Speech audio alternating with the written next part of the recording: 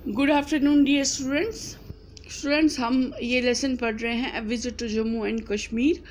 तो हम अभी रामबन और बानिहाल तक पहुंच गए थे, उस एरिया में पहुंच गए थे। तो अब हम आगे बढ़ते हैं। तो आगे हम देख रहे हैं कि कितने सुंदर सुंदर पहाड़ हैं, और उन पे हम देख रहे हैं कि भैंसें और जो बकरे भेड़ जो हैं वो कैसे घास खा रहे हैं, और जो उनके चरवाहे हैं वो कितने खुशी से अपना काम कर रहे हैं और बहुत खुश है अपने काम से। ऐसा लग रहा है जैसे उनको कि जो कि बाहर की दुनिया है उस सब से उनको कोई लेना देना नहीं है, कोई काम नहीं है, वो अपने ही दुनिया में मस्त है।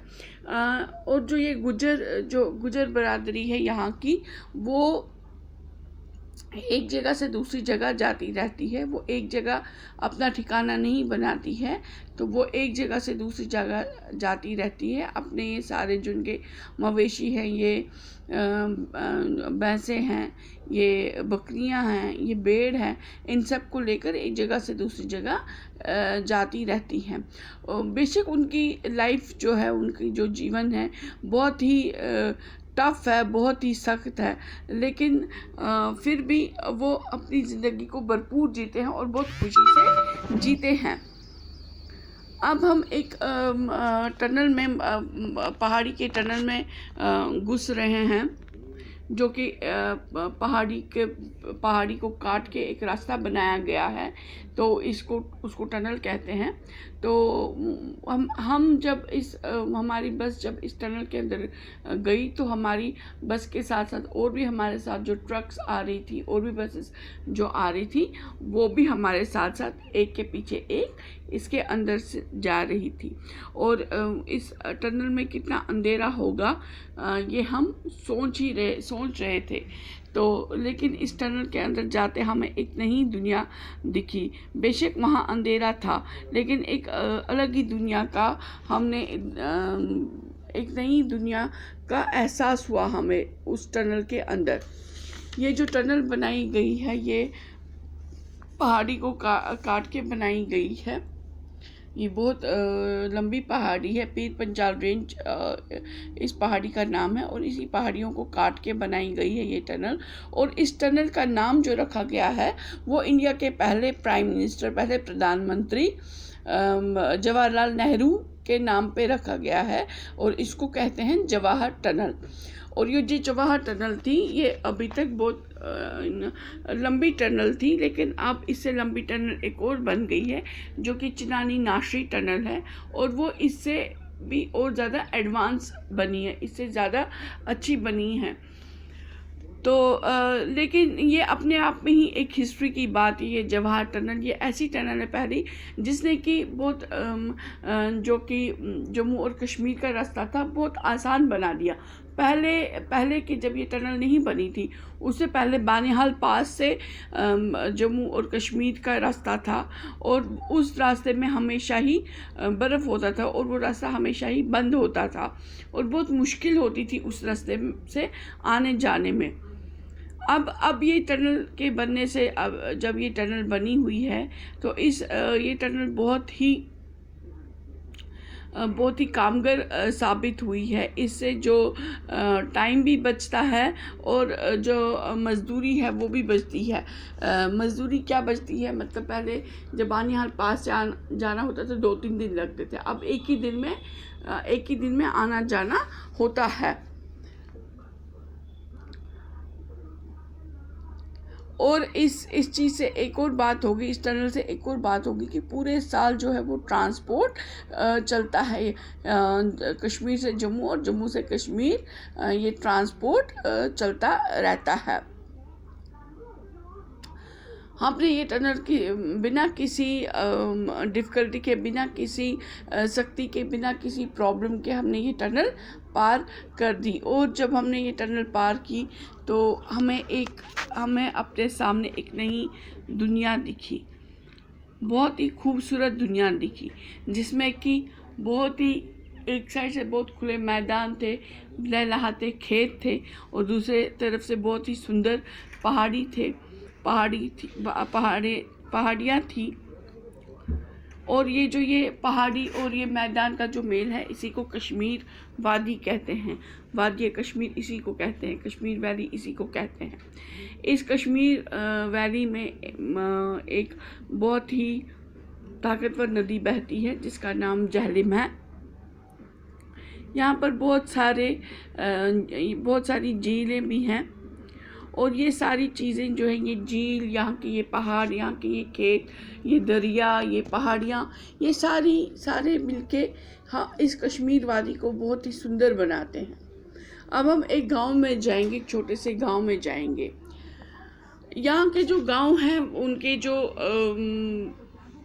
छत होती है, यहाँ की जो छत है वो लकड़ी की बनी होती है और स्लांटिंग होती है। स्लांटिंग मतलब उसमें स्लोप होता है, वो ऊपर से नीचे की तरफ थोड़ा टेढ़ा करके रखा होता है, ऐसे कि जब इस पे बर्फ़ वगैरह पड़ती है तो वो नीचे खिसक जाती है। नीचे ऊपर ही जमी नहीं रहती है, वो नीचे खिसक जाती है।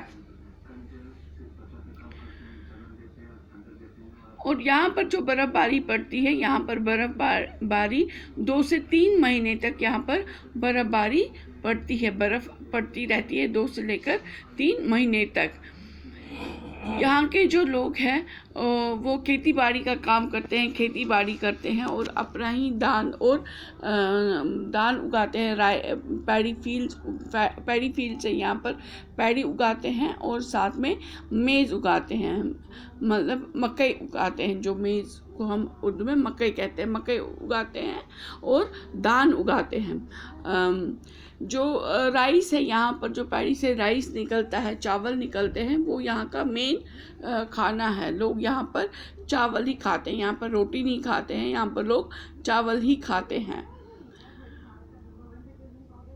और यहाँ पर वो भेड़ों को ज़्यादा पालते हैं। यहाँ पर भेड़ों की ज़्यादा जो उनका डोमेस्टिक एनिमल होते हैं वो भेड़ होते हैं। ये इन भेड़ों से बहुत ज़्यादा वूल भी इनको मिलता है, इन भेड़ों से। और वूल मतलब ऊन मिलता है इन भेड़ों से, जो ये उसके जो ऊपर जो वो फर होता है उनका, भेड़ों का, वो काटते हैं और उसमें से वूल निकलता है और यहाँ पर स्लिक भी बनता है। यहाँ के जो लोग हैं वो कद में ऊंचे होते हैं, उनके टॉल होते हैं, कद में ऊंचे होते हैं और गोरे होते हैं। और यहाँ की जो औरतें होती हैं वो बहुत ही सुंदर होती हैं और बहुत ही मेहनतकश होती हैं। यहाँ के जो आदमी होते हैं, मैन और वुमेन होते हैं, आदमी और औरतें जो हैं इस वादी की, वो लगभग एक जैसे ही कपड़े पहनते हैं। सलवार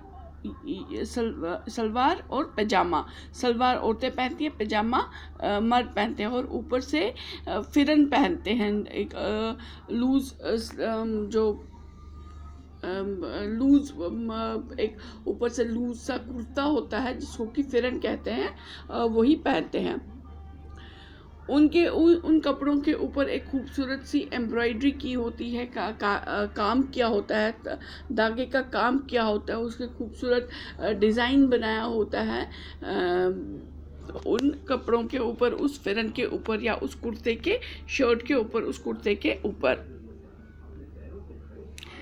यहाँ के लोगों को बहुत सारा काम करना पड़ता है और जो कि यहाँ के जो विंटर डेज होते हैं उस टाइम पे यहाँ पर लोगों को बहुत सारा काम करना पड़ता है। जब यहाँ पर बर्फ़बारी होती है तो जब यहाँ पर बर्फ़बारी होती है तो लोग अंदर ही बैठते हैं और घरेलू काम बहुत सारा वो करते हैं। एक तो उनको अपना शरीर और अपने हाथ पांव गर्म रखने होते हैं काम करने के लिए, इसलिए जो कश्मीरी लोग हैं वो कांगड़ी का इस्तेमाल करते हैं अपने आप को गर्म रखने के लिए। ये एक छोटा सा मिट्टी का पॉट है जिसको कि पतली पतली जो ट्विग्स होती हैं, जो पतली पतली टहनियाँ होती हैं पेड़ों की, उसके अंदर इसको बंद किया जाता है और उन टहनियों से कवर होती है ये।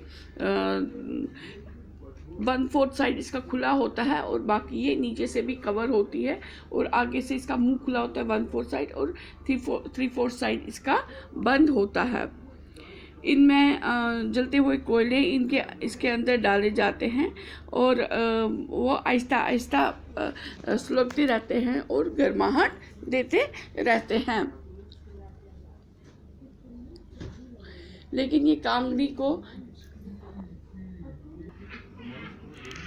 जब ये कांगड़ी को ये अपने कपड़ों के अंदर रखते हैं तो बहुत ही ध्यान से रखना पड़ता है, क्योंकि जैसा कि मैंने आपको कहा कि उसका 1/4 मुंह जो होता है वो खुला होता है। अगर कई बार कपड़ा वगैरह उसमें जाता है, जब ये कपड़ों के अंदर रखते हैं तो अंदर से जो शर्ट वगैरह कोई पहनी होती है तो अगर उसका कोई एक सिरा उसके अंदर जाए तो उसमें आग भी लग सकती है।